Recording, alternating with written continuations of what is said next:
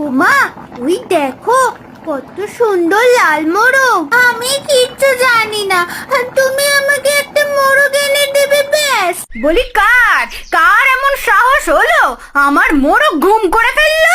বলি ফাজলামি পেয়েছে নাকি? যত সব ছোট লোক আমার প্রতিবেশী। হায় হায় রে, আমার মোরগটা তো মরে পড়ে আছে। হ্যাঁ রে মা, সারাক্ষণ শুধু খেলাধুলা করলেই হবে? পড়াশোনা করতে হবে না? আমি তো পড়াশোনা করি গো মা। এই এতটুকু পড়াশোনা করে কি হবে বল দেখি মা? বলি বড় হয়ে বিদ্বান হতে হবে তো নাকি?